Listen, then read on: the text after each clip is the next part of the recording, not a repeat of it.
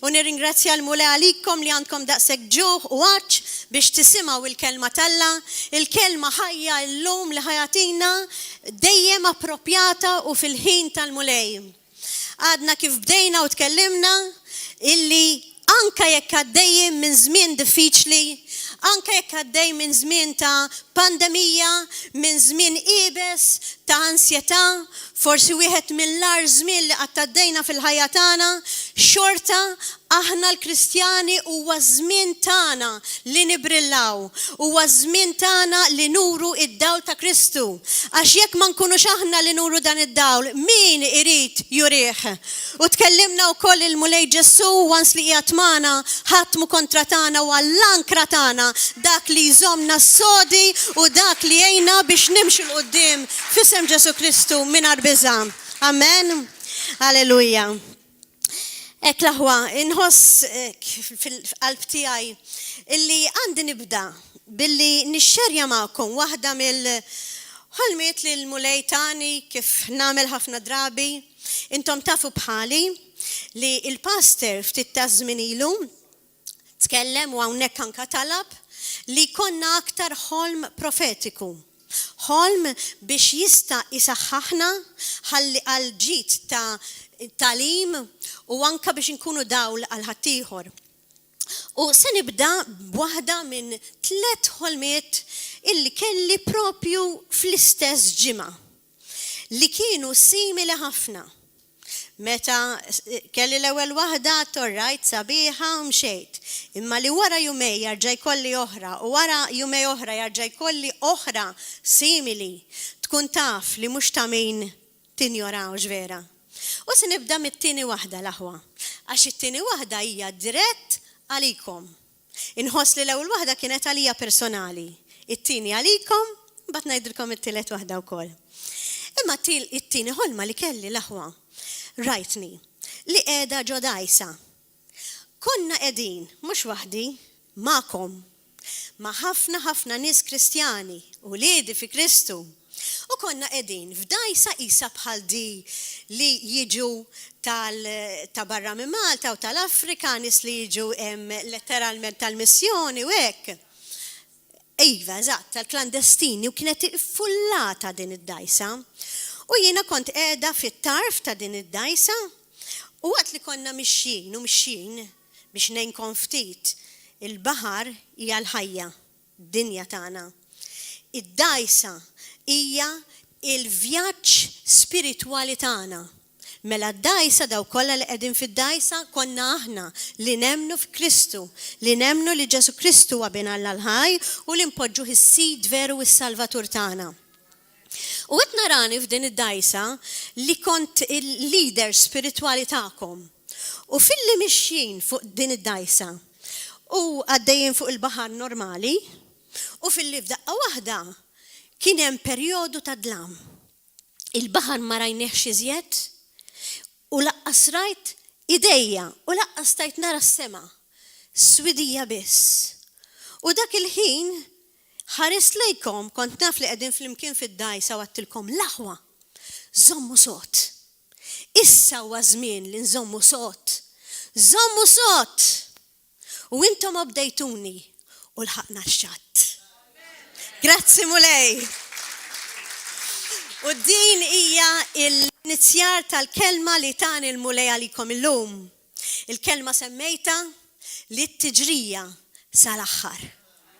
Għaw ħafna nies li jibdew, pero sfortunatament ftit huma dawk illi jaslu fuq ix-xatt. U grazzi Mulej il-fatt li wasalna. U rini illi aħna wans li nibqgħu mixjin fid-direzzjoni ta' Kristu l-għadu ma jistax ifixkilna bl-ebda mod. However jipprova. U jiena llum il-ġurnata inħoss li kif jgħidu bil-Malti bniedem avżat, nafsu armat. U nħoss li jiena għandi nafżakom. X'inhuma it-tattiċi tal-għadu biex jipprova jiżvijakom, biex jipprova jitfakom fil-ġemp, biex jipprova jwaqqakom fil-baħar minn fuq dik id-dgħajsa.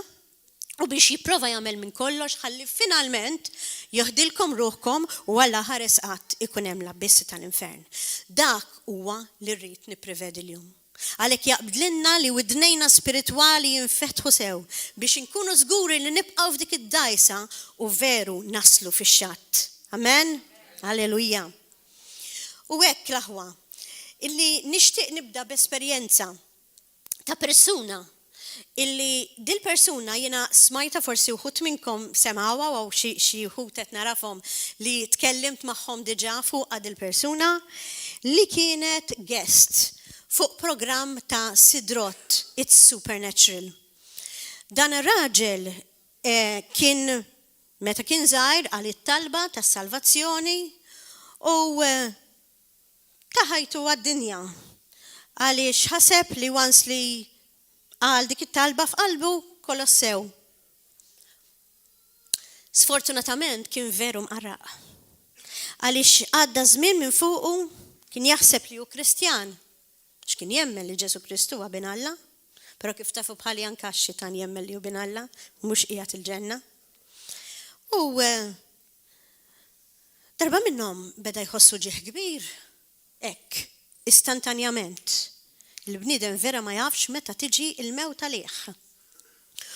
Ħassu ġieħ kbir, ħass ħażin fuqu, attak ta' qalb, ħaduh jiġru l-isptar u laqqas kellu nofs ċans li jgħid mulej aħfirli, Ġesu jiddispjaċini xejn. Imma li ħass ximmar l-isptar hija daqqa kbira, xi ħadd daqqa kbira. Għajnejh infetħu għall-ispirtu u ra preżenza demonika quddiemu. U dal-persuna li kien wieħed mixjaten, id-daqqa li taħ kienet biex jieħdu fl-abissi tal-infern. Din hija storja veru, mhix storja fittizja forsi nisimgħu tal-babaw.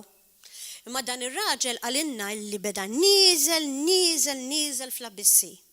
U nieżel fl-abissi tal-infern, iħares madwaru u jara section fl-infern. Dik is-section kienet għal-Kristjani. Li xjaten l-aktar li jaħqru. Lil dawk li xi darba kienu taw ħajjithom il-mulej jew qdew f'xi ħaġa. Dawk huma l-aktar li jieħdu pjaċir isawtu. U xirrom il-daw il-Kristjani wers u jajtu. U kif tafu l-kelma tal-la tajt li bissi tal-infern hemm it-teżżis ta' snin, ra li kien hemm xi wħud minnhom li jaf u personali. U kien 100% ċert illi daw salvati. U għax kien jaħsibhom nies tal-Alla. Fil-fatt huma stess jgħidlek illi kienu wkoll ċerti li huma salvati. Għax qalu t-talba tas-salvazzjoni f'qalbhom u hemmnu li Ġesu bin Alla. Però kienu hemm. Kif jista' jkun li kienu hemm? U għaliex? Ftitilu ħada persuna saqsitni, imma pastor qalt li, Marjella, kif issa jkolli ċertezza li jiena żgur ħammur il-ġenna? U għattila binti, għattila l-kelma tajt li jien, jiġifieri Ġesu, huwa l-unika triq, il-verità u l-ħajja. U ħadd ma jmur għand il-missier jekk mhux permezz tiegħu.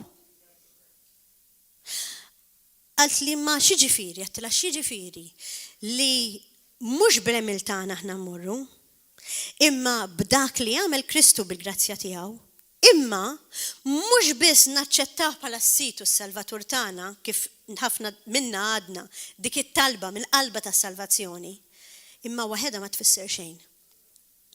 It-talba tas-salvazzjoni irridu ngħixuha. It-talba tas-salvazzjoni li darba għadna fil-ħajja tagħna rridu natwawa kuljum praċett, nindmu kuljum kontinwament meta l-kuxjenza tagħna tgħidilna hawnhekk żbaljajt f'dak l-emil.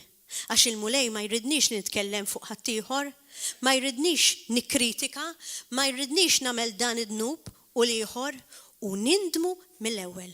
Għax kif rajna fl-esperjenza ta' dan ir-raġel ma kellux iċ-ċans, issa ngħidilkom kif nafu kif qiegħataw, li jindem laqqa sekonda. U ħafna huma dawk li jaħsbu jgħidu hija xi darba nbiddel ħajti u issa mut ikun fuq is-sodda tal-mewt ngħidlu aħfir li mulej.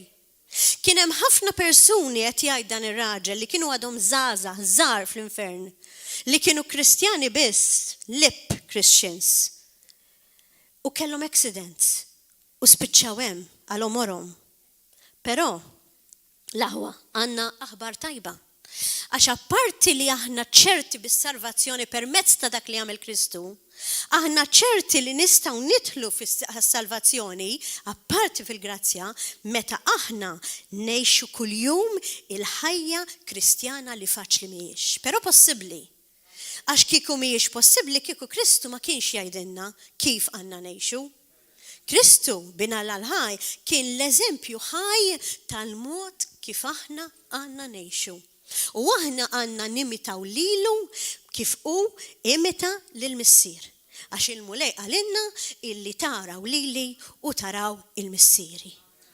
X'għamel Kristu differenti minn dawn il-Kristjani li jaħsbu li huma salvati u qegħdin fl-infern? Kristu kellimna u mhux biss kellimna, urina bl-eżempju tiegħu kemm għandna inħobbu lil xulxin bħalma ħabna u.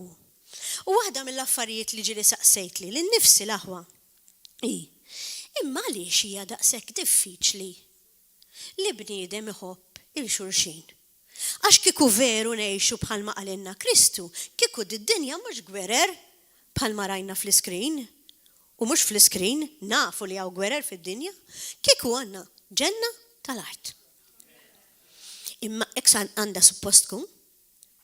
Imma li xanna dal-gwaj. Xizom il-bniedem milli jgħix il-ħajja ta' mħabba li jgħidilna Ġesu Kristu. Forsi hawn min jgħid li l-pride tal-bniedem. Forsi hawn min jgħid li il-nuqqas ta' fidi. Forsi hawn min jgħid li jien għax hawn min jaħseb li dak li jaħseb huwa l-aktar importanti. Anka jekk m'għandux raġun, imma jemmen li għandu raġun. Għax jienek naħseb, tajd li xej, jienek qaddisi u ħadd ma ħajbidli l-fema. Ġilint qajt magħhom dawk it-tip ta' nies. Le, hekk imdorri, hekk kont mallem u hekk se nibqa' u tgħidlix differenti, jiddispjaċini.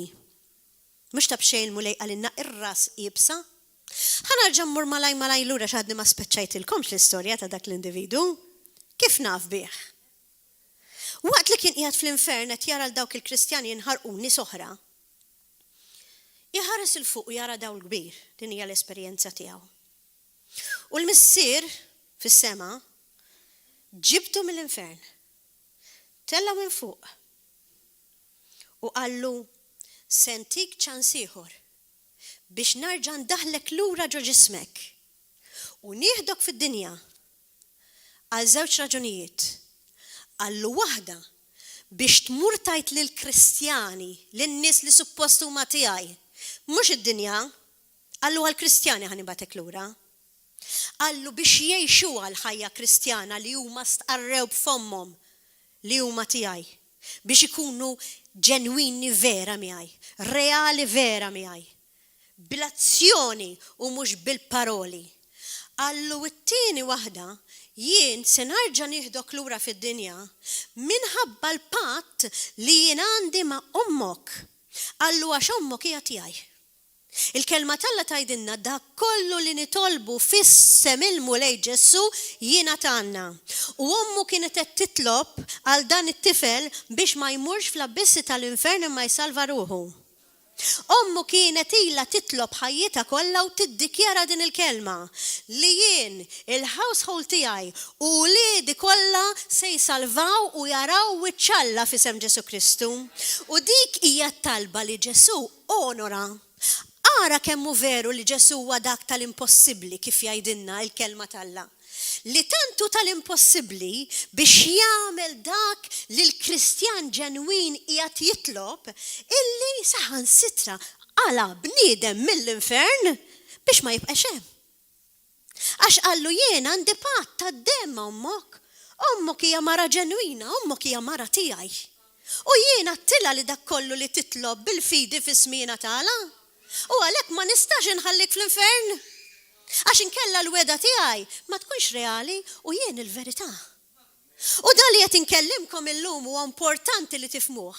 Ħalli jekk għandkom xi nies fil-familja tagħkom, jistgħu jkunu wliedkom, jistgħu jkunu żwieġkom, illi għadhom mhumiex ta' Kristu, araqat, taqtaw qalbkom f'xi difer, jew tikka, għax il-mulej qalilna dak kollu li titolbu, li tixtiequ, li tajdu verament fismu li ħajsir iseħħ u jsir.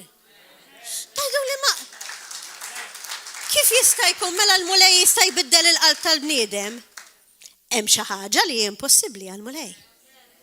Hemm xi ħaġa. Għalhekk għalilna dak kollu, il-kelma Alla ma tgħidilniex nofs l-oġġett, kollu. Biex qalaw mill-infern xi vole. U hawnhekk qed naraw il-patt tad-dem li għandna ma' Kristu għal min veru wa ġenwin kemm hu qawwi. Taqtaw qalbkom qatt li titolbu, taqtaw qalbkom qatt li temnu dak li l-mulej għalinna li ħajseħħu ħajsir mill-iktar persuna qateja li teżisti fid-dinja jista' jsir ta' Kristu u l-mulej jista' jużaha l-glorja tiegħu. Naraw il-San Pawl ma mmorrux daqshekk il-bot, lill-Apostlu Pawlu li il-Maltin jgħidulu missirna San Pawl fit-tradizzjoni. Kif kien joqtolhom il-insara, joqtolhom il-Kristjani, u mbagħad x'għamel bih il-mulej. Dawn mhix affarijiet ta' barra minn hawn, affarijiet ta' dinja. U għalhekk qed ngħidilkom illum għandna nagħmlu kuraġġ ħalli ma nħallux iżjed li l-għadu jaqtanna qalbina bid-dubju u jġibna nħossuna ħażin li ngħidu għax li mhux qed jismani. It-talb tiegħi ma nstemax. Mela ħanajdilkom skrittura li ħatkun l-iskrittura maġġuri tal-lum. Morru jekk jogħġobkom dejjem. Fl-ewwel Pietru l-aħwa. Morru l-ewwel Pietru 1 vers 5 ħanixtarru għad l-iskrittura vers 5 sa 16. Li tajdinna hekk. Għalhekk mela kunu ħerqana. Ħerqana. Tafu x'tfisser ħerqana? Dak l-entużjażmu kif rajtu t-tfal jiġru ħerqana biex imorru għall-klassi. Għal xiex għandna nkunu ħerqana l-aħwa. Biex inżidu mal-fidi tagħna, għax ovvjament mingħajr fidi ma tistax tippliżi għall-mulej. Mal-fidi tagħna il-virtù, mal-virtù inżidu l-erf, l-iskrittura tgħidilna mal-erf inżidu r-rażna, mar-rażna inżidu s-sabar u l-paċenzja. Naħseb l-aħħar waħda hija l-iktar waħda antipatika. Għalkemm kollha kemm huma diffiċli però possibbli f'isem Ġesu Kristu. Qed ngħid l-iktar waħda antipatika l-aħwa ta' għalfejn. Għaliex il-kelma Alla turina illi aħna qegħdin ngħixu f'dinja illi kollox irridu issa. Aħna qegħdin ngħixu f'dinja li ma nafux nistennew għal xi ħaġa li nħobbu. Nista' nara mit-tfal kemm huma istintivi. Kelli wieħed minnhom mit-tfal tiegħi riċentement. Għadnilu ara ngħidilkom x'nagħmlu. Jekk inti titkellem bil-Malti għax it-tfal tiegħi kellimnihom bl-Ingliż aħna ħabba l-iskola u hekk. Imma għandhom bżonn jibdew jitalmu sewwa bil-Malti. U għadnilhom jienu missierhom jekk tibdew titalmu titkellmu bil-Malti, tkellmuna bil-Malti u aħna nirrispondukom bil-Malti u tifhmuna, wara 2 weeks, wara ġimagħtej, nixtrulkom xi ħaġa. U it-tifel qal li naf xi rrid, il-legu qal li ta' hekk u ta' hekk. Għatlu li trid nixtrilek sakemm tkellimni bil-Malti. Naqra reward. Għalli, ċarlek, m'intix ferħan li għadnilek li trid nixtrulek wara 15 jekk kellimna bil-Malti? Le, għalli, no. Għatlu, mux new? Le. Għalli, le. Għatlu għalix? Għalli, għax irrid nistanna 2 weeks. Għatlu x'ti pretendi ibni? Għatlu ħantilek issa l-xej? Wara ġimgħa qalli mami, għalli, can't you find another thing? Għalli li tixtili xi ħaġa ma għal xi ħaġa oħra mhux biex nitkellem bil-Malti. No. Għatlu, u bil-fors trid nistenna ġimgħa oħra. Tu bil-fors, trid ma tridx. Qegħdin ngħixu f'soċjetà l-aħwa fejn veru ma nafux nistennew. Speċjalment it-tfal tagħna llum. Għandhom kollox u jridu dejjem iżjed u jridu dak il-ħin. Allora wens li qed ngħixu f'din it-tip ta' kultura, meta l-mulej hawnhekk fl-iskrittura jgħidilna li biex sabar u l-paċenzja niksbu l-wediet fil-fatt fil-Lut 6 vers 12 jgħidilna l-imbirkin dawk li bil-fidi u l-paċenzja jiksbu l-wediet u rridu nimitaw lil dawk l-aħwa li jiksbu il-wediet bil-paċenzja, hemmhekk ma neħdux pjaċir. Imma kien paċenzjuż magħna l-mulej.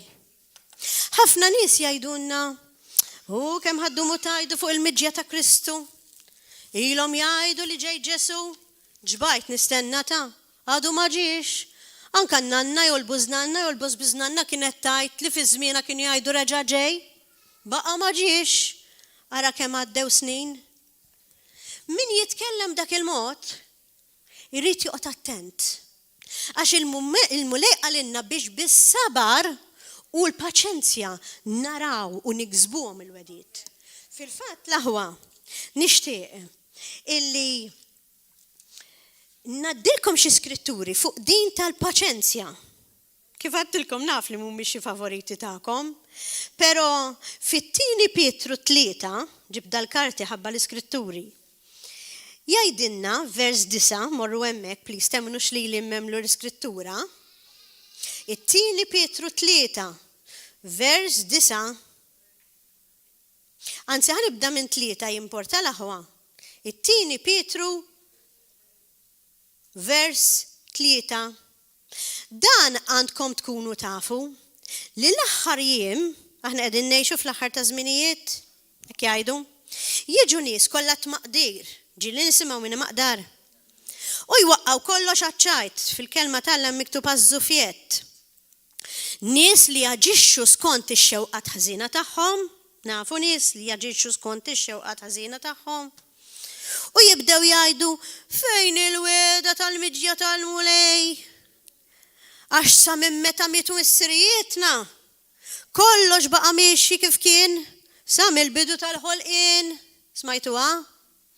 Issa vers 9, x'għajdilna? Il-mulej jgħidilna. Dan għandkom tkunu tafu. Mhux għax jiddawwar il-mulej, jiġifieri jdum ma jiġi. Ħajtem il-wedit tiegħu mhux se jżommhom il-wedit. Kif jaħsbu xi wħud qed naqra. Imma qiegħed jistabar. Il-mulej qed jistenna ġifieri u aħna rridu nimitaw il-mulej qed jistabar bikom. Għax ma jridx li xi ħadd minnkom jintilef imma li kulħadd jersa għall-indiema. Qed taraw kemm ħanin il-mulej tagħna. Mela dak li l-bniedem jgħid kemm ħajdum ma jiġi, ilhom jgħidu. Ħajdum ma jiġi minħabba fija. Ħajdum ma jiġi minħabba fik. Ħajdum ma jiġi minħabba kull wieħed u waħda minna. Għax jaf li jekk jiġi l-lum Alla ħares qatt, min mhux qiegħed f'indiema pura u min qed jgħix stil ta' ħajja ta' dnub anke jekk jgħid li hu Kristjan fl-abbissi jintilef, fl-abbissi se jmur. U għalhekk fil-ħniena tiegħu fl-imħabba tiegħu il-mulej qed idum qed jiddawwar qed jistenna tieħu paċenzja bina biex aħna naslu għall-indiema ħansalvaw u naraw wiċċu. Amen. Dan huwa l-mulej tagħna. U jekk xi ħadd allura jgħidli li noqgħod nistabar u nieħu paċenzja niddejjaq jien għax ma nafx nistenna, hemm bżonn nitgħallmu. Hemm bżonn titgħallem. Għaliex jekk ma nieħdux paċenzja u nistennew u naraw il-wediet, ma nkunux Kristjani ġenwini u reali. Inkunu biss artifiċjali ngħidu li aħna ta' Kristu u nagħmlu bħall-għadu tagħna li xejn ma jaf jistenna. Amen. Ħalli l-esperjenza personali tiegħi ħafna minnkom tafuha. Imma kieku jien personali, meta kelli 40 sena u kont għadni mingħajr tfal, ma bqajtx nissapporti u nemmen u nistenna li għadxi darba jkolli wilt, kieku qtajt qalbi. Kont nibqa' kif kont. Imma minħabba li dejjem żammejt il-weda anka jekk fin-natural tal-bniedem kelli ċerta età, u speċjalment 40 sena wara li ħriġt ila wara 3 snin u nofs kont ili miż-żewġa kelli miscarriage. Allura tista' timmaġinaw intom x'ħassejt jien meta tussanta għaw min jabborti għal it-tfal għaw tfal ma jriduhomx, xaw tant minn tfal żgħar jixtru tfal. Jien xtaqtant wilt u wara 40 sena normalment it-tobba jgħidulek 40 insija għax int kbira wara li tqalt kelli miscarriage. Mhuwiex faċli dak il-ħin taqta' qalbek. Mhux faċli dak il-ħin tajt fejn għall-weda. Fejn hu l-mulej? Imma jekk iżżomm il-weda u tibqa' temmen, niftaħar mhux fija nnifsi fil-mulej għax jiena kull ma għamiltu huwa bdejt il-kelma talla, mhux biss tani wilt tifel kif xtaqt jiena ta' 41, imma kif tafu wkoll tani ieħor il-mulej għalinna għall-obbedjenza tal-Ministeru smajtu jgħidli u għandi żewġ subien li t-tieni wieħed kelli ta' 42 għax għal Alla m'hemm xejn li ma jistax isir. Din it-testimonjanza qed narġa' ngħidha naf li intom tafuha għax min forsi qed jisma' l-ewwel darba il-YouTube u ma jafnix personali, nista' bl-esperjenza tiegħi nagħtih kuraġġ u ngħidlu li l-kelma talla tgħidilna imbirkien dawk li bil-fidi falla u bil-paċenzja jiksbu il-wediet kif hemm miktub fil-Lot. Mela dak kollu li qed tistennew u x'inhu ħajjiġi. U hemm bżonn niftakru l-aħwa li jew inżidu mal-sabar jew mal-paċenzja. Kont qed nitkellem ftit ilu mal-Kurt għalli mela fuq iż-żewġ peace ħad titkellem għax waħda minnhom hija fuq il-paċenzja li mhix xi ħaġa ħelwa, irridu nistennew. U l-oħra li nixtieq nitkellem ħanżida mal-iskrittura tal-ewwel Pietru, mal-virtu, mal-fidi, mas-sabar, mal-erf ħanżida jien. X'ħażid Marjella? Li nfittxu il-paċi. Tgħidli x'jiġifieri tfittex il-paċi? Mela l-paċi tista' tfittxa? Imissa le.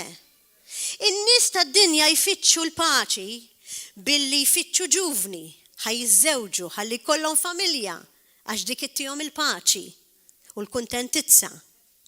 In-nisa miż-żewġin, l-irġiel miż-żewġin jixtiequ tarbija, ħalli kollhom il-paċi.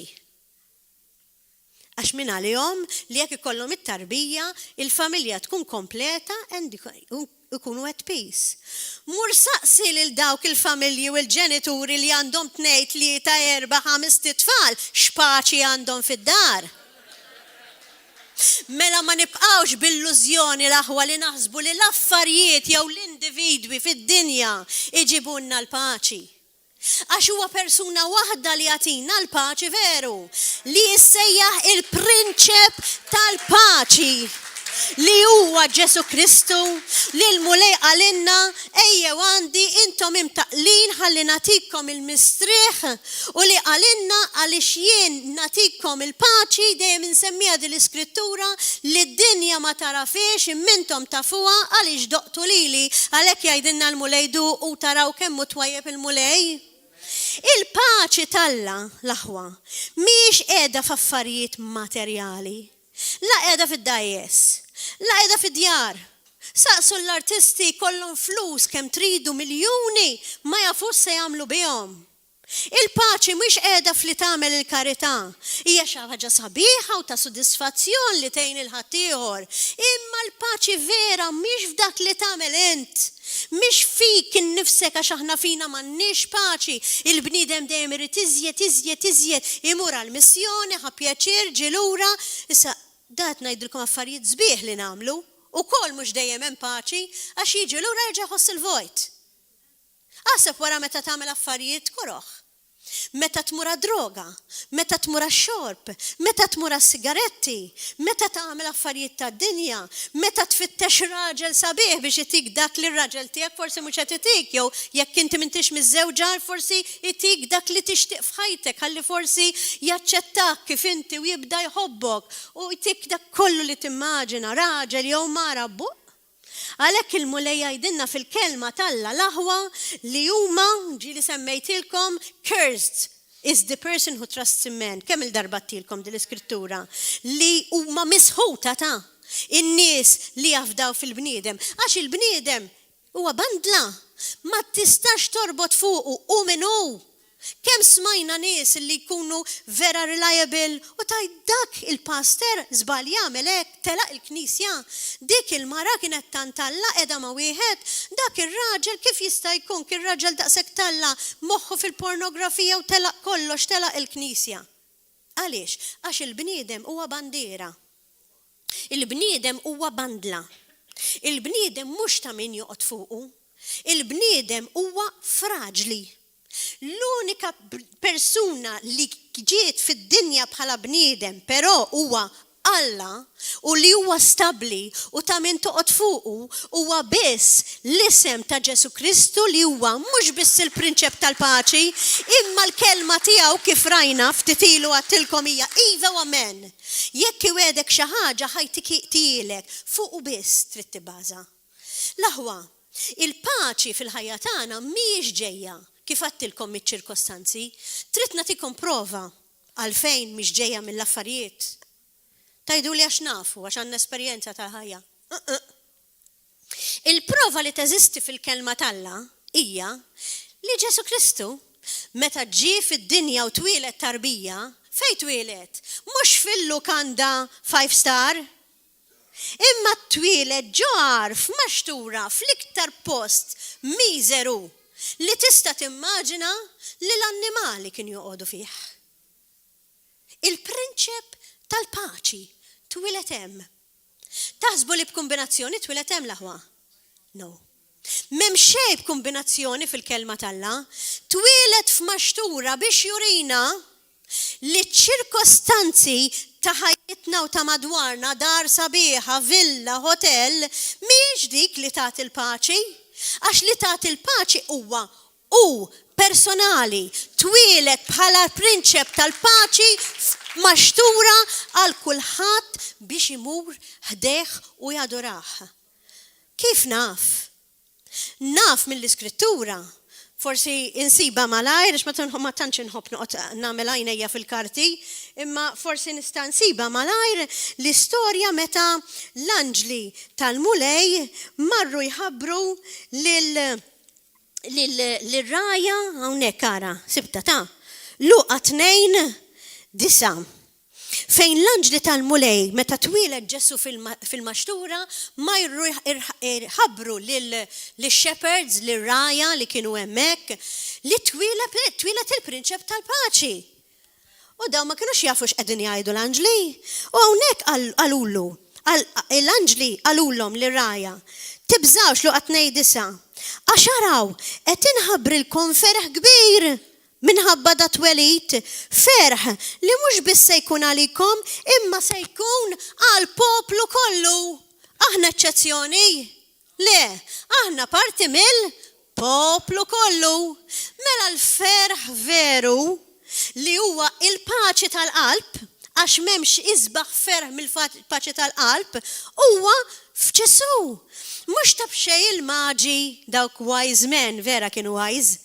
It-treviljaw tant sijat dak iż-żmien biex imorru jaraw it-twelid ta' Ġesu Kristu. Għax kienu jafu min twieled, kienu jafu ma kienx tarbija normali, imma kienu jafu min kien għax ġew revelati mill-Ispirtu tal-Alla. Marru anka r-raja, telqu kollox minn idejhom u marru jfittxu l-prasepju li nagħmlu tal-miliet. Marru jfittxu u rridu jaraw it-tarbija. Tiftakru anka bħalissa qed jiġi ġo moħħi persuna li rat il-Ġesu meta iddedikawh Marija u Ġuseppi fit-tempju. U meta raħ dan il-persuna qal issa nista' mmut għax bajnejja rajt ir-re tar-rejiet, rajt il-prinċep tal-paċi x'kien jaf, kien revelat mill-Ispirtu tal-Alla li fihem kollox. Mela l-mument li aħna nintaqgħu miegħu wiċċ ma' wiċċ u nkunu mwilda mill-ġdid u jkollna garanzija vera li se nsalvaw jekk ngħixu l-ħajja li għalinna hu hemm dejjem dak il-jekk m'għandna bżonn xejn. Però ħafna huma dawk in-nies illi jew ma jridux jafu bih għax għajnejhom mhumiex miftuħa, għax sfortunatament l-għadu jagħmihom. Jew inkella jekk iltaqgħu miegħu kienu f'paċi u ferħ għal perjodu u ħallew l-għadu tagħhom u tagħna ix-xitan jisraqilhom ruhom. Imma x'jista' jisraq il-paċi tal-bniedem? X'jista' juża x-xitan biex jieħu l-bniedem fl-abissi meta wans li tkun iltqajt mal-mulej? Dik hija d-domanda. X'hemm fid-dinja li l-bniedem daqshekk irid li jitqarraq u jkun irid affarijiet li forsi ma kellux biex iduqhom u ma jimpurtax minn ruħu. X'hemm daqshekk qawwi? Il-bieraħ, anzi skużawni, dal-għodu ġiet tifel żgħar tiegħi fis-sodda ħdejja qam qabli. Għalli mami, għatlu għajli qalbi, għalli indunajt li għaw insett nemusa, għatlu indunajt, għatlu rajta daqshekk. Għalli it's like an insect, għalli għatlu nemusa dik, nemusa, għalli it's like an insect. Għatlu eħe, għalli allura għattillejl siħbija int. Ġili kalkom il-nemusa ma widnejkom sejrek. Għatlu ibni, għatlu kelli din, il-light. Għandi light bħal dan, jixal.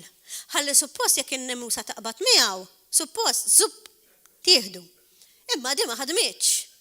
Lej sħiħ, tixal ħdejja dejqitni għax jiena nħobb norqod fid-dlam ma rridx dawl biex norqod. Dejqitni kelli nissopportiha bid-dawl. U għal xej, baqa u t-tifel għalli mami, għalli mandu għatlu zgull indunajt. Għatlu ma ħadmiġ din immara. Għalli I tell you what you should do. Ta' tifel li ju jħassra. Għatlu x'namel, ma naħseb li l-mulej edha bija biex naddilkom il-kelma l-lum. Għatlu x'namel. Għalli see what it likes. Ara x'joġoba. Xaħġa li toġoba. Xi food, xi ħaġa, ħelwa, whatever. Għalli li tħobb tmur fuqa. Għalli ħalli x'intamilila. Għalli tmur fuqa. Għallu tmut. Għalli x'imbat issib hemmhekk tub u toqtola. Great idea, ma għalli. What do you think? Għatlu great idea, mhux għan-nemusa, għall-pritka tal-lejla. What? Għalli? Għatlu I'm going to preach about this.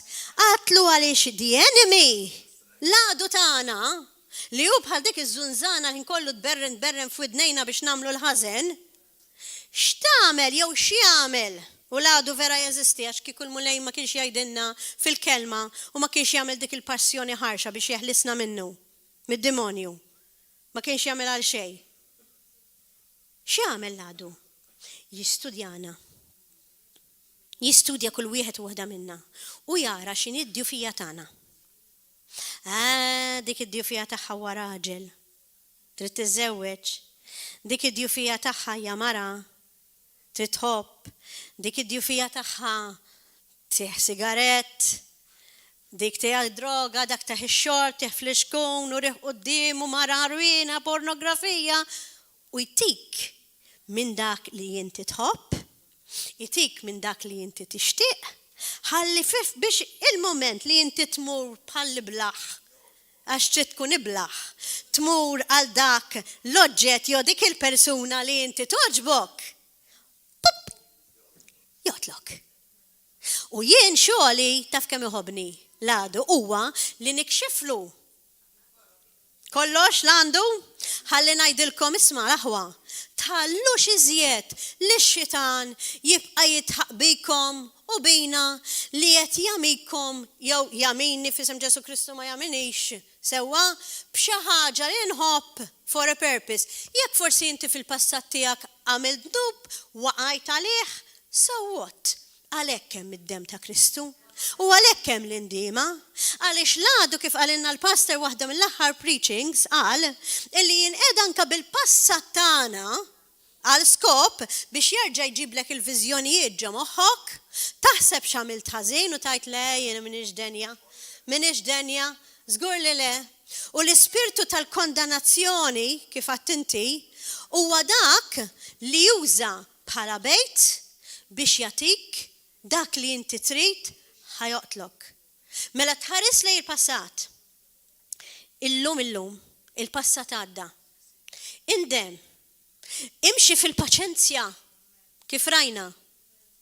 U fil-paċenzja tittimxi f'kollox, inkluż f'dak l-oġġett li inti tajt jew il-bniedem li ma niflax nieħu paċenzja żjed bih. Meta nitkellem man-nisa ħafna drabi, taf min hu l-persuna li jgħidu li ma nifilħux iżjed. Inkluż ir-raġel, tittimxi bil-paċenzja għaliex ħanuża issa metafora li użali d-darba ibn il-kbir. Nemmen li il-mulejjin qiegħda bit-tfal, ħallu t-tfal jiġu għandi, għal skop biex jalmuna xi ħaġa u emnuni ngħidilkom. Emnuni, please emnuni. Jien bqajt imbelħa b'dak li qalli t-tifel tiegħi l-kbir. Għaxat dandu 10 snin kapaċi moħħu jasal sem. Għat u matlu xejn. Mort ħdeħ fil-għaxija qabel ma jorqod biex ngħidlu bedtime story, għax hekk qed tfal tiegħi għadhom tal-bedtime story. Speċjalment iż-żgħir, jekk ma tgħidlux bedtime story ma jkunx irid jorqod. U għatlux ma tgħidlix bedtime story inti ma kontx naf se ngħidlu. Għalli! Okay. Għalli ħanajdlek ma. Għalli there was a couple. U dawn il-couple bdew jiġġieldu. Married couple. Irridu jkunu married naħseb biex jiġġieldu x'waqt l-Rusija kollu. Mbagħad daqshekk jinkixfu jerġgħu il-borom tal-vera l-bniedem kif ikun jien u kulħadd. Għalli ħanajdlek kif huma couple, għalli daw il-couple jirrappreżentaw ħafna couple żoħra. Għalli għax I see couples fighting ta'. Għalli married couples, they fight and fight and fight and fight. Għalli and they end up in separation. Għalli I know so many couples, għalli anka tfal, ta' xi tfal fil-klassi tiegħu, etc. ma separated. Għatlu eħe. Għalli ma, today I'm going to tell you why. Jiftaħt widnejja beraħ, speċjalment meta xogħli fin-natural, meta kont fid-dinja għażiltu u għadni nagħmel dak ix-xogħol ukoll. Huwa ta' psychologist u nispeċjalizza fit-terapija tal-familja, forsi nitgħallem xi ħaġa minnu dat tifel li forsi s'issa għadni ma tallimx mill-kodba u mill-esperjenza ta' ħajti. U tallimt għalli hekk. Ġa xerjajta ma xaħat mill-aħwa, però daw l-aħwa li xerjajta magħhom qalu li mur pritka fuq dieta, għax di tajba mhux għalina biss tajba l-aħwa kollha. Tulhom ħalli fidejja. Għalli l-kbir. Emen, raġel, is like a brick wall. Bħal ħajt, brick. Right? Brick wall. Dritt. Għatlu. Għalli, a woman, il-mara, is like clay. Clay huwa tafal. Clay. Għatlu eħe. Għalli di brick, ġifir il-raġel, ħanedikom bl-Inglis kif għalli l-issa ħanedikom bil-Malti, has to understand that he needs the clay to stand. Il-raġel irrit jifhem li għandu bżonn it-tafal, il-clay biex u jibqa' wieqaf. Għalli because the problem of many men, għatlu da t-tifel jgħidli mhux jintax, inkella tajdu li qed nkun biased. The problem of men għalli l-problema tal-irġiel fi żwieġ taf x'inhi. Għatlu x'inhi jibni. Għalli li jaħsbu li m'għandhomx bżonn t-tafal għax jaħsbu li waħedhom il-brick jistgħu jibqgħu standing. No way, għalli. Għalli they fall. U għatlu sewa tajt ibni għatlu il-mulej ħala il-raġel u l-mara, ħala il-mara il-raġel, biex permezz tal-mara u jista' jikkomplimenta ruħu u jibqa' jżomm sot u l-pożizzjoni tiegħu. Mela għamiltlu klex tiegħi dritt ir-raġel. U għalli, iżjed minni, għalli il-klej li huwa t-tafal. You know what the problem of clay is? Issa ġeja tagħna. Il-problema tan-nisa, għatlu xini jibni, għatħana raxina nagħmel ħażin. Għalli it dries up quickly. It-tafal jinxef malajr. Għalli iktar malajr milli suppost jinxef. Għadda minn fejn iġibu dak klim. Għatlu xiġifieri. Għalli meta l-clay dries up quickly, meta t-tafal jinxef, ma jkunx ta' użu għal-brek u ma jistax jibqa' wieqaf. Ma għatlu x'istorja di jibni. Mbagħad għatlu, allura għajdli, għax kelli kurzita kbira. Għatlu, how can the clay dry up? Għatlu kif ħankun naf x'in nagħmel jien. Għatlu kif trid, għatlu kif it-tafal jinxef. Għalli, no way, sa, that's too much, għalli, that's too much. U ma rridx jgħidli iżjed, għattu s-santa. Għalli, I want to sleep, għatlu orqot ibni. U bqajt naħseb. U għat, vera ħna n-nisa ninxfu malajr. Min ma jżommix. Min ma jridx ikollu x'jaqsam mar-raġel wara tfal. Għax għat-tfal biss mbagħad daqshekk u r-raġel jibda jħossu abbandonat. Min ma jridx jaf bih għax jibda jaraħ ikraħ, jinten, antipatku, forsi tiftakar f'xi abbuż ta' kliem li kun qallek, jew xi affarijiet li moġbukx fl-qallek u tibda tinxef u tingħalaq u tintelaq. U mbagħad jibda jara l-ħadd ieħor sabiħ u nkomplu l-istorja. Qatt ma nista' waħħal fil-mara meta hemm l-infedeltà, però tista' tikkontribjuta għaliha. U raġel ras jibsa. Jien m'għandix donnok. Ġiel ismajna l-irġiel. Jien il-kap tal-familja. Aw ġew inti tagħmel in-najtien. Mhux tinxef il-mara. Knockout. Daqqa ta' pon. U tinsa li tkun mara. Qed ngħid sew. Tinxef. Aħjar għalih. Għax jekk ir-raġel ma jirrealizzax li għandu bżonn it-tafal, mela jaqa' waħdu. Il-ħmerija li taqent miegħu. Mela tnej għandna bżonn il-xulxin.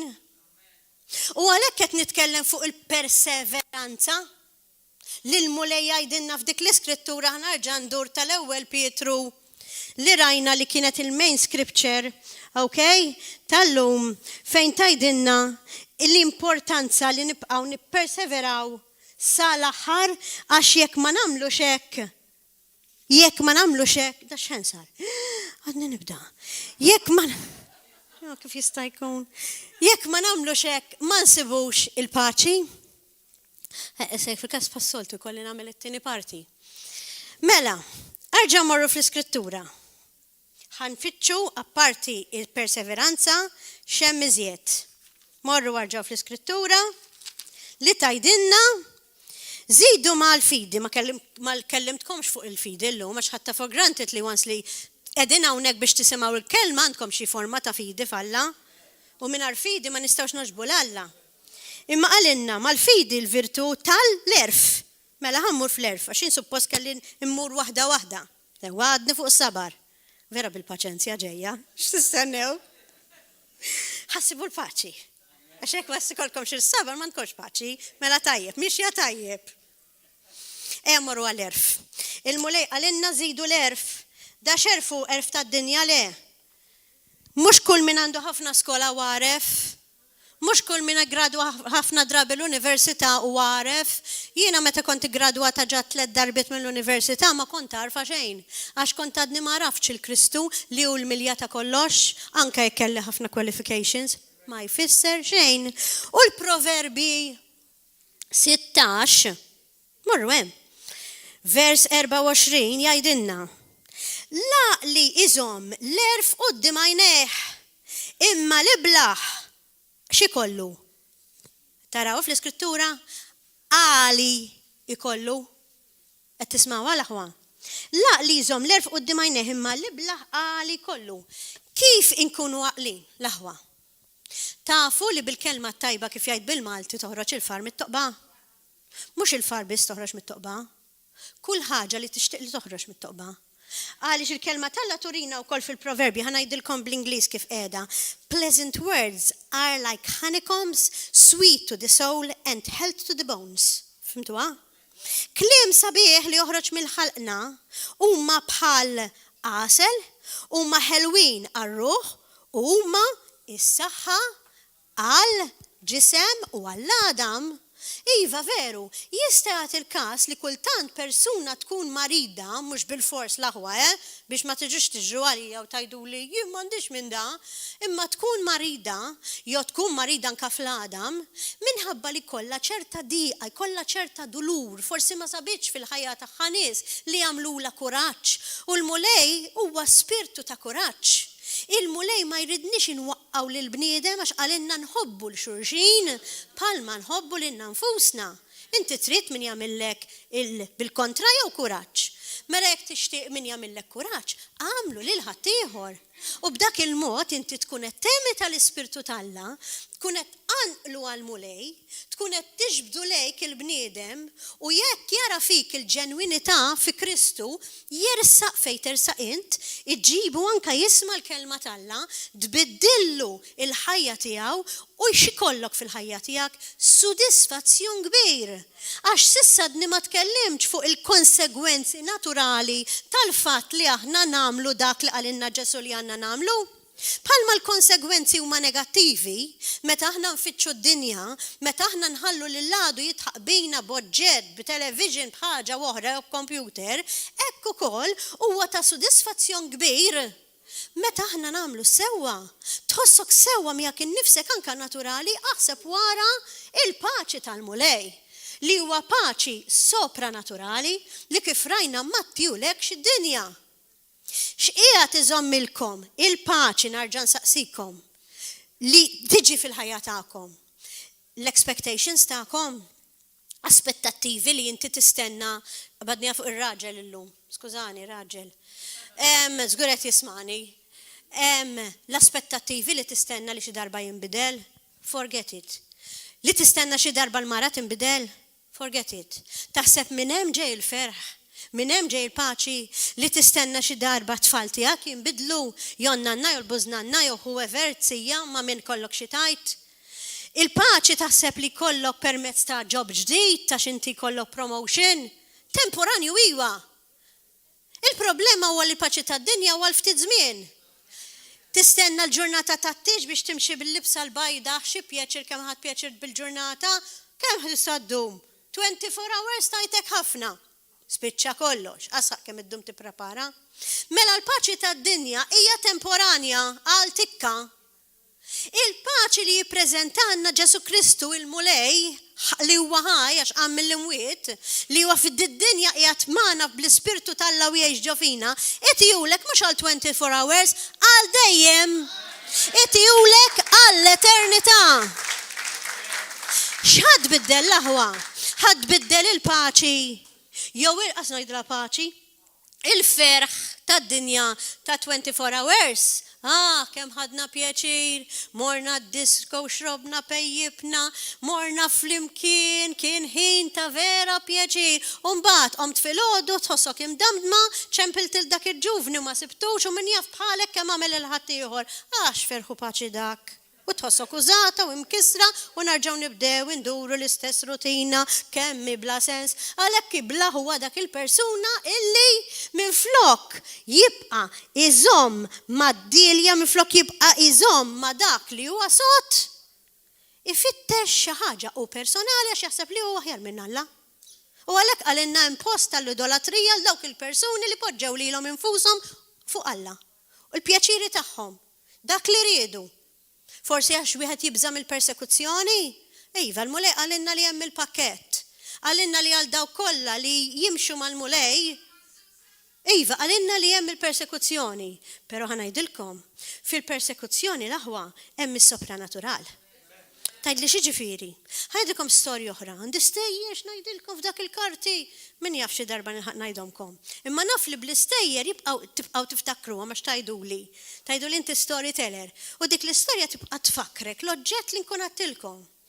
Mela darba kien hemm persuna u dal-persuna kien bniedem Talla. U kienet jgħix f'post fejn kien hemm kalt ġifieri jaqda, satanika, li kienu jippersegwitaw lill-Kristjani. Mela darba minnhom lil dal-persuna qabduha u ħaduha fil-kamp tal-konċentrament tagħhom. U x'immar hemmhekk ra li n-nies l-oħra Kristjani li kien hemm f'dak il-kamp kienu qegħdin wieħed wara l-ieħor lesti for beheadedness biex jaqtawlhom rashom. Għax il-mulej urina anka fl-ħar ta' żminijiet li għal Alla kultant il-persekuzzjoni tista' twassal illi inti bħal ħaruf kif għamel Kristu tittati lilek innifsek għal-mewt biex ma tiċċatti l-fidi tiegħek. Mhix faċli xejn. Imma il-mulej tina il-kuraġġ. Mela x'imma hemm nduna da storja veru għal xiex kien qiegħed hemm għal se tiġi tiegħi. No way. No way. U beda jfaħħar l-Alla. U beda jajjat, speaking in tongues, u jajjat iktar in tongues, dawk ma bdew jifmu xej, beda jdejjaqhom, daw in-nies li kienu bis-sikkina fidhom u joqtlu, u qalulu jaqtaħħa. U iktar kemm qalulu jaqtaħħa, iktar beda jajjat. Iżjed beda jitkellem in tongues. U iżjed beda għaddej bis-sopranatural. Qalulu inti se taqtaħħa x'dejjaqtna. U iktar baqa jirreżisti. Fil-fidi tiegħu jirreżisti u jajjat. U qal isma' ġbin qalu da qed igerf xinna kollox hawn. Qalu ma jaqblinniex li nħalluh magħna. U ftehmu qabduh qalulu barra hi. Itlaq għax qed titgerf xinna kull maw, itlaq. U iktar beda jajjat u iżjed beda jitlob in tongues. Mela l-mulej bil-fidi kbira li kellu, bil-persistenza kbira li kellu fil-mulej, bis-sabar kbir li kellu u bil-fidi li tkellem in tongues u qod jibża minnhom, il-mulej ħadem bis-sopranatural biex jeħilsu. U telaqa. U bħalma nafu li kien hemm diversi drabi fil-Bibja, kemm kien hemm stejjer, m'għandix iċ-ċans ngħidilkom li stejjer kollha. Meta tan-nar tafu li daħluhom fin-nar 3 persuni insomma u kien hemm merba għal qasbis sinħar u laqas biss kellhom xamma ta' nar għax mar il-mulej bis-sopranatural min kollox. Giuseppi mibjuħ minn ħutu Giuseppi. Taħseb li qatt jistenna hemmhekk bidwejjaq fejn kien fil-bir. Għat jistenna dawk is-snin kollha qabel ma laħaq second in command bidwejjaq fil-ħabs. Le. Giuseppi kien jaf illi l-paċi Talla tiġi fil-qalb. U baqa jżomm ma dik il-paċi qatt ma dispra u bil-fidi kbira li kellu biddel indirettament iċ-ċirkostanzi. Għax mhux hu biddilhom, kien Alla li biddilhom għalih. Mela meta aħna jkollna l-perseveranza, is-sabar kif qed nitkellmu, il-fidi kif qed naraw, u l-erf qed trid suppost niffoka fuqha di tal-erf, min fejn jiġi l-erf? Minna. L-erf jiġi mill-Ispirtu Talla. Irid ikollok dik ir-relazzjoni intima mal-mulej biex ikollok l-erf. U għalhekk dan ir-raġel li beda jitkellem in tongues kellu l-erf. Għax minn flok beda jitkellem bil-lingwi u l-lingwi tal-Ispirtu Talla enuh biex ikollu il-ħelsien. Is-sopranatural l-aħwa ftit ħin oħra, right? Għax qed nara biex nilkom se tibdew torqdu. Fisem Ġesu Kristu norbot l-Ispirtu ta' nas u mu fisem Ġesu Kristu ftit. L-oħrajn qegħdin vera attenti. Thank you. Kollox nara minnaw. Grazzi mulej tal-attenzjoni ta'kom, għax li tajnuni biex inkompli. Insomma, jek tordu kollha jfisser mela daqsek, baj. Qed nitkellem fuq spiritu ta' erf. U uħut minn m'għandix iċ-ċans li naqra kollha, żgur. Imma ħanajdilkom malaj l-istorja qiegħda miktuba fil-Bibja u di ħassebuha f'Nehemija 6. F'Nehemija 6. Morru waqraw għad-dar, all right, bikwit waħedkom. Nehemija kien raġel Talla. Din ġili pritkajt fuqa għal dawk li huma antiki li jilkom tiġu hawn ħafna. Pero ħafna li huma ġodda lekk ikolli ngħid xi affarijiet li ovvjament qatt ma smajtuhom. Nehemija kien profeta, kien raġel Talla. U il-mulej ħalqu biex jibni il-ħajt ta' Ġerusalem. Dik kienet il-missjoni tiegħu. U waqt li kien qiegħed jobdil Alla u qed jibni dan il-ħajt ta' Ġerusalem biex jipproteġi lil-Lut, lill-poplu Talla, in-nies li huma tal-għadu ma felħux għalih. Murajt il-dik il-baby please, jekk joġoba. Ħanispiċċaw wara kollox, ħalli għalmenu l-aħħar naqra jkolli kwiet. Dan ir-raġel tal-mulej baqa jagħmel dak li qallu Alla, jibni il-ħajt ta' Ġerusalem. U waqt li qiegħed jibni l-ħajt ta' Ġerusalem, l-għadu bat xi nies tiegħu kien jisimhom Sambulat, Ġesem u Tobija. U dan batom l-għadu biex dak li kienet jagħmel ma jagħmlux iżjed. Okay? Ħalli telliflu it-triq kif jagħmel lilna, kif għattilkom dik iż-żunżana, ittellifna l-irqat, jew itellifna ruħna. Mela ġara illi daw batu għalih permezz ta' xi ħaġa ma naf bil-miktub x'kienet, whatever, u qalulu ejja ltaqa' magħna fit-tempju, ġifieri daw użaw anke l-Knisja biex jitrikjawh. U l-iskop tagħhom kien biex jagħmlu l-deni. U da ma tax kasom. U beda jabatilhom risposta, le, għax għandu xi jagħmel. Baqa jiffoka fuq dak li l-mulej qallu li għandu xi jagħmel. Mela il-5 darba ma felħux iżjed, sewwa, baqgħu jinsistew u qalulu hekk. Jekk inti minn tista' tiġi fit-tempju jkun ħażin għalik, għaliex qegħdin jgħidu li inti qed tibni dak il-ħajt ta' Ġerusalem għaliex miftija mal-poplu ludi li inti ssir is-sultan minn flok is-sultan tagħna. U jekk isir jaf is-sultan tagħna x'ħajiġri gwajalik għax jispiċċa joqtlok, allura jaqbillek li tiġi ejjew mmorru t-tempju, nagħlqu l-bieb u nitkellmu ħanippreventjaw da. Nehemija li kien raġel mimli erf, kien raġel mimli spiritu Talla, ma waqax għan-nazba tagħhom.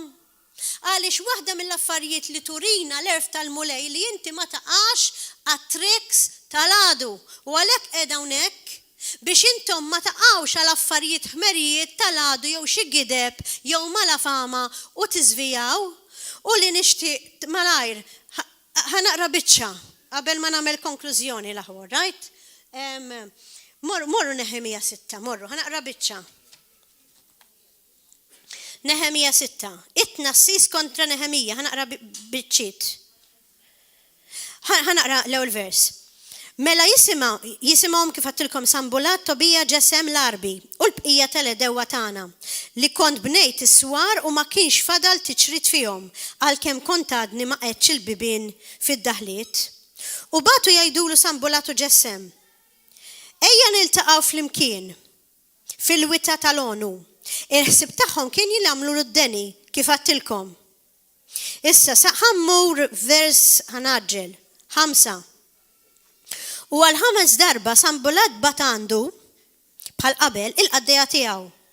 Dan kellu fidu ittra miftuħa li fiha kien hemm miktub hekk. Qegħdin jingħadu xi xnijat fost il-ġnus. Ġesem qiegħed jgħid li intu l-Lut għandkom il-ħsieb li tirvillaw. Di kienet gidba, tifhmuni, naf li għajjejtu forsi ftit. U għalhekk qegħdin tibnu iswar. Skont ma qiegħed jingħad, int trid tkun is-sultan tagħhom u wasalt biex qiegħed profeti li jħabbru fuqek f'Ġerusalem u jgħidu. Għandna sultan f'Ġuda, issa s-sultan jisma' b'dan kollu, ejja lek ħanitħattu bejnietna. Imma jien bat ngħidlu, dak li qiegħed tajt mhuwiex minnu. Kif kien jaf li kienet gidba? Laħwa, kif kanalaq? Laħwa ħanalaq, tmorrux għal-issax, fadal l-aħjar biċċa. Kif kien jaf? li kienet gidba, bl-erf tal-mulej. Dan inti Nehemija qallu, dak li qiegħed tajt mhux minnu, lajtu int minn żniedek għax kollha kemm huma rridu jbeżżawni meta qalu idejhom insomma ma jkunux bla bla bla. Mela ħammur vers 11. Imma jien wiġibtu u raġel bħali għal Nehemija se jaħrab jew min bħali jista' jidħol fit-tempju jibqa' ħaj. Għallu le ma niġix ma mmurx. Għaxara jien fimt li ma kienx mibgħut minn Alla. Kif fem li dan ir-raġel ma kienx mibgħut minn Alla? Kif fem li dak kienu gideb? Jekk xi ħadd jiġi jagħmillek malafama jew jikdeb fuqek, jew xi ħadd jiġi jgħidlek isma' ħankellmek għax taf x'qed jgħidu fuqek hekk u hekk jekk maħnis se nitkellmu ħażin ikun għalik. Kif ħadd tkun taf li mhux veru li gidba? Dan kien jaf. Għalhekk għandna bżonn l-erf tal-Ispirtu Santu qallu le jiena ma niġix. U hekk ikolli għallu ma nistax niġi jiena, għallu mbagħad inti taqla xi ħaġa u jkollok fuq xiex takkużani ħaniqafhem. Right? L-erf li qed titkellem fuq din l-iskrittura mhijiex l-erf naturali. Paċenzja wasalna nifhmu x'inhi. Perseveranza femna x'inhi. Meta rajna l-fidi nafu x'inhi l-fidi, all right? Imma l-erf ma nafux x'inhu. Għaliex l-erf tal-bniedem mhux erf. L-erf veru huwa dak li tina l-Ispirtu talla. Biex inti kollok dak, titi kollok id-discerniment tal-Ispirtu. Biex inti kollok id-discerniment tal-Ispirtu ħatara x'inhu vera u x'mhux veru u tażel it-tajjeb il-ħażin irid jurik il-mulej. L-ebda professur tal-Università ma jista' jurik. Forsi l-aktar il-mulej jista' jinqeda b'nies leaders tiegħek, pastors, nistalla biex forsi juruk xi ħaġa u jgħidulek tmur hemm għax mhuwiex it-timing tal-mulej li tmur, għax jekk tmur hemm, you've had it. L-aħħar storja, nagħmlu talba u nieqfu. L-aħħar storja. Ara kemm importanti li kollok l-erf tal-Ispirtu. Kif bdejt ħanispiċċa, tiftakar bdejt bl-istorja li għattilkom rajtna fuq dajsa, isa dajsa tal-emigranti. Ħanitkellem fuq l-emigranti. Kien hemm mara, di storja vera wkoll, minn Niġerja, illi xtaqet tiġi l-Ewropa. Taf kif jagħmlu daw, imorru lek il-Libja, mill-Libja jiġu Malta, mill-Libja jiġu l-Italja. U tant xtaqet issib ħajjitha u l-karriera tagħha u l-futur tagħha li xtaqet li tiġi fl-Ewropa. U il-ġenituri tagħha b'mod partikolari omma, l-aħħar storja, right? Kienet ilha tgħidilha, binti, tmurx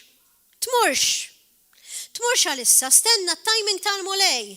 Omma kienet mara talla, kella l-erf tal-Ispirtu talla. Kienet taf li binta tixtieq karriera u tixtieq li kollha ħajja aħjar milli għandhom in-Niġerja u tmur fl-Ewropa. Taħseb ma riditilix ġejt, imma bdiet tgħidilha tmurx. Mhuwiex it-timing tal-mulej. Avżata, il-mulej jinqeda b'ħadd ieħor, kultant anke bil-ġenituri tiegħek. Il-mulej jgħidilna jekk kun għadek taħt l-istess saqaf, obdi mill-ġenituri tiegħek jekk kun għadek żgħir. U din il-mara tfajla żgħira qabdet ma tagħthomx widen lil daw il-ġenituri, laqqas l-omma b'mod partikolari u ħarbet, telqet. Ġiet id-dar omma u ma sabitix. U skopriet li kienet telqet. U meta telqet minn Niġerja marret il-Libja, kif għattilkom storja veru. U fil-Libja intaqat ma dan il-ġuvni li kien bħala wkoll maħrub minn Niġerja u mill-Libja rrid jiġi l-Italja, rrid imur l-Italja. U daw it-tnejn bdew jinħabbu along the way. Meta bdew jinħabbu tafu x'jiġri, x'joħroġ mill-imħabba ta' raġel u mara, ħarġet pregnant.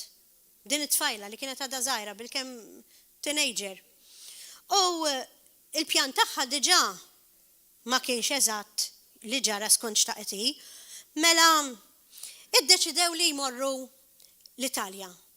Daħlu f'dan il-dajsa mill-Libja u id-dajsa iġġarfet. Però ħafna minnhom mietu fil-Baħar Imqalleb, ma waslux l-Ewropa, però huma tnej daw li qed ngħidilkom it-tfajla u l-ġuvni baqgħu ħajjin. Kif irnexxilhom ma nafx baqgħu ħajjin, imma spiċċaw marru lura l-Libja. Meta kienu qegħdin il-Libja kien iż-żmien tagħha li tixtri. U bdiet tipprova tixtri waħedha biex ma tmurx l-isptar, tixtri baby ġifieri ta' mhux tixtri anta grocer. U tant kienet labor diffiċli l-aħwa illi ma setax tagħmilha waħedha. Il-ġuvni tagħha ma rridx joħodha l-isptar u laqasi għax kienu jafu li jekk ħajmorru l-isptar il-pulizija se jaqbduhom u jdaħluhom il-ħabs għax kienu qegħdin hemmhekk illegali. Però tant kienet għala diffiċli li ma felħux iżjed li kellu bil-fors joħodha l-isptar għax kienet ħatmut lu hemm. Xi waslu l-isptar l-aħwa, il-pulizija qabduhom, dina xtrat il-baby b'ċesarja x'qalulu lill-ġuvni tagħha ċesarja tista' tixtriha għajjiet wisq. Il-baby daħluha fl-inkubatur baqgħet ħajja, qalulu ma jiddispjaċini għandi narfek li tfajla mietet. She could not take it anymore. Kienet għajjina wisq biex tkun tifla għal dik iċ-ċesarja għal dik l-operazzjoni. U lilu qabduh il-pulizija u raġaw batuh lura n-Niġerja. Back to square one. U l-baby ħadu miegħu. Dar raġel ma kienx jaf kif irrabbi tfal, assolutament. Mar fi knisja fin-Niġerja Kristjana, dik kienet materjali ta' min kienet, imma kienet knisja ta' Tibi Joshua, I'm sure li smajtu bih, imma materjali min kien. U talab lajnuna. Għallu ma nafx irrabbija waħdi, talab lajnuna. U dan il-profeta Alla li kien fil-knisja mhux biss taħlajnuna materjali, imma realizza li għandu bżonn isejjaħ lil ġenituri ta' dit-tfajla. U ma kienx jaffej joqogħdu, ma kellux idea ta' xejn. Imma l-mulejjen qiegħda bis-sopranatural for a purpose. Illumina lil dan il-pastor il-profeta Alla fejn kienu joqogħdu b'mod sopranaturali daw l-affarijiet isiru, bl-address kollox u bit-telephone number kollox, fejn kienu joqogħdu l-familja tagħha ta' din it-tfajla li mietet. Ġaba fil-knisja lill-omma u anka lill-oħta l-ewwel darba li ntaqgħu ma' dan il-ġuvni. U l-ewwel darba li din in-nanna refat it-tarbija tat-tifla tagħha fida. U saqsewa fil-knisja x'għandek tgħidilhom lil dawk li qegħdin jisimgħuk. Għaltilhom żewġ affarijiet u ħanalaq biha u nitolbu. Għaltilhom għandi narrafkom. 1. Il-kelma Alla tgħidilna biex nimxu fl-obbedjenza tal-mulej. Il-kelma Alla tgħidilna li jekk tkun għadek taħt l-awtorità tal-ġenituri biex tobdim il-ġenituri tiegħek. Għax jekk inti ma tkunx taħt dik l-awtorità l-għadu jiġi jfarkek u jkissrek u joqtlok kif ġara l-binti. U qalula x'inhi xi ħaġa pożittiva li tixtieq tgħid. Għaltilhom li l-mulej huwa kbir, li l-mulej jisma' t-talb tal-poplu tiegħu. Għaltilhom l-fatt li għandi din it-tarbija fidi li hija t-tifla ta' binti u li sibta anke jekk kien impossibbli li nkun naf fejn qiegħda hija minakru minn Alla u nixtieq nirringrazzja l-mulej għaliha. Ħaniqaf hawnhekk u nitolbu flimkien nixtieqkom li tqumu bil-wifqa. Nixtieqkom li tqumu bil-wifqa l-aħwa. Sija għal dawk li huma ġodda u sija l-oħrajn nixtiequ nġeddu it-talba tas-salvazzjoni għax il-kelma Alla tgħidilna li rridu npoġġu l-mulej Ġesu sidna biex naraw wiċċ Alla, però għall-oħrajn nixtieqkom ukoll f'isem Ġesu Kristu tgħidu din it-talba għaliex illum intom smajtu kif tmorru l-ġenna. Ħadd m'għandu skuża minn hawn ġew li ma semax u ma jafx. Il-kelma tal-lum li għattilkom iċ-ċertezza tagħna kollha li naraw wiċċ Alla hija bil-grazzja ta' Kristu u li dak li nagħmlu aħna irid jirrifletti l-aġir ta' Kristu. Ma nistgħux inkunu Kristjani artifiċjali li nippretendu niġu quddiem Alla u dan jgħidilna idħlu. Irridu nkunu serji u ġenwini mal-mulej. Irridu nobdu l-kelma Alla, rridu nkunu b'sabar perseveranza, inħobbu lil ħaddieħor ma tħallx ħafna fil-mħabba llum ma kellix ċans. U rridu nimxu fl-erf tal-Ispirtu Alla. L-erf tal-Ispirtu Alla jgħinna biex it-tiġrija hekk semmejta din il-kelma sal-aħħar u sal-barkun fil-fatt fittix fil-Google il-kelma barkun bil-Malti u reħa nara x'inhi li huwa barka bħal jgħidu bit-Taljan dajsa tal-merkanzija sewa kbira ħafna illi tgħaddi minn kanali dojoq u tmur viċin id-dajjes l-oħra anke xi 20 dajsa viċin insomma qed noqgħod ninfittex. It-tiġrija sal-barkun, it-tiġrija sal-aħħar. Ħafna huma dawk li jibdew il-mixja Kristjana u ma jaslux. Laħwa, intom xi tridu tkunu? Dawk li bdejtu, iltqajtu nkontru ħaj ma Kristu ħaj bħal ma ntaqgħu ir-raja u anke l-maġi. Imma mbagħad x'għamiltu? Żvijajtu għax ħallejtu dik id-dubbien għall-prinċep tad-dubbien hekk jgħidlu l-għadu il-Bibja, joqtlok? Jew inkella araft x'inhu it-tattika tal-għadu li jagħtik iċ-ċejċa ta' dak li inti tħobb biex joqtlok u ma tħallihx. Mela jekk inti t-tieni waħda hija l-għażla tiegħek granfa mal-Mulej Ġesu, kun serja miegħu. U llum mhux biss nagħmlu indiema, imma ħanieħdu l-awtorità kontra dak it-tfixkil li l-għadu qiegħed jipprova jġib fil-ħajja tiegħek personali kulħadd skont il-hobbies u dak li jħobbu. Għax l-għadu jafna personali. Tajdu li Marja l-arfaħat qed titkellem fuq l-għadu dak tellif. Aħna vittorjużi kif rajna fl-iskrin fil-mulej. Imma aħna vittorjużi fil-mulej jekk nużaw dan iċ-ċervello kif jgħidu tal-erf tal-Ispirtu talla. Dak huwa importanti. U għalhekk jien nitolbu flimkien u ngħidu dan il-kliem. Mulej Ġesu, grazzi tal-kelma qaddisa tiegħek li smajt illum fil-ħnina tiegħek biex jien l-inkontru ħaj li kelli miegħek nibqa' ngħixu bħalma għextu int sal-passjoni. Ħalli t-tiġrija tal-ħajja tiegħi fuq dik il-dajsa spiritwali nasal sax-xatt sad-destinazzjoni tiegħi. Norbot f'isem Ġesu Kristu kull skema tal-għadu li tipprova tisraq li ruħi f'isem Ġesu Kristu inkissira issa stess f'isem l-Aziz Ġesu Kristu li ma jirnexxilux u li jiena niddikjara li se naħsal sal-aħħar u se nara wiċċ permezz tad-demm qaddis ta' Kristu. Nirringrazzjak Mulej li inti tarġa' tatini fil-ħnina tiegħek ċans ieħor illum. Għalhekk nindem Mulej minn dak kollu li jien fin-natural inħobb u ġieli waqajt għalih. Aħfirli Mulej u tini l-kapaċità, il-grazzja u the strength illi jien ma naqax għall-għadu imma permezz tiegħek ngħidlu le għax hemm miktub. Tini l-erf tal-Ispirtu talla kif tajt il-qaddej tiegħek, il-profeta talla, Nehemija. Ejni Mulej Ġesu biex dak l-erf spirituali li inti t-tini nista nobżoq fis-sunnara lill-għadu u ngħidlu int taħt saqajja għax Alla tiegħi huwa Ġesu Kristu, is-Salvatur, ir-Re tar-rejiet u l-Prinċep tal-Paċi. U hekk inkun nista nesperjenza fil-qalb tiegħi dik il-paċi li fid-dinja m'hemmx imma jkolli paċi għal dejjem tibda minn hawn u tkompli fl-eternità fil-ġenna. Għal dan nixtieq nitolbok f'isem Ġesu Kristu u nirringrazzjak Mulej tal-ismajtni. Amen. U alleluja. U għamilli dik id-diska l-aħwa li għattilkom tal-aħħar tmorrux għax id-diska fiha nnifisha għandha veru kliem sabiħ li nistgħu nagħmluhom talba u dawk li huma l-ewwel darba jixtiequ li jiġu hawnhekk quddiem jagħtu ħajjithom il-Mulej. In the meantime huwa importanti ħafna li tiddikjaraw li Ġesu Kristu huwa s-Salvatur u s-sit tagħkom.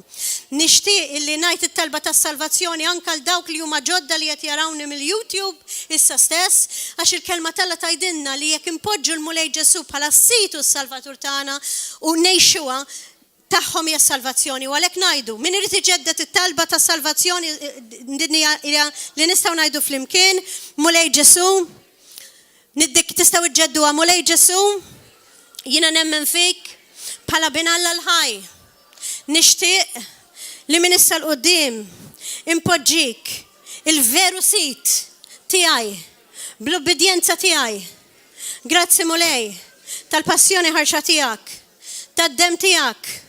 Jiena niddeċiedi li naħfer il-daw kollha li weġġawni u nimxi fl-imħabba għax inti għatli Mulej li anke jekk jiena nagħti ħajti għal ħruq mingħajr m'għandi mħabba ma jiswili ta' xejn. U għalhekk niddeċiedi li naħfer lil dawk li weġġawni ħalli jkun jiswili quddiemek. Ejni biex din l-imħabba vera tkun l-imħabba tiegħek u mhux l-imħabba tiegħi. Bħalma l-erf ikun l-erf tiegħek u ma xkunx l-erf tiegħi. Fisem Ġesu Kristu nitlob dan amen. U nixtieq insellem il-YouTube viewers u grazzi tal-sabar u l-paċenzja u l-perseveranza li kelkom illum li tisimgħu sal-aħħar il-kelma tal-mulej. Il-mulej jħobbkom u nsellmulkom u nistidnulkom li tarġa' tisimgħu il-kelma nhar il-qagħda fil-għodu bl-Ingliż hawnhekk f'River of Love fil-10 ta' filgħodu u kull nhar terba' u kull nhar ta' sibt fis-7 ta' filgħaxija. God bless you.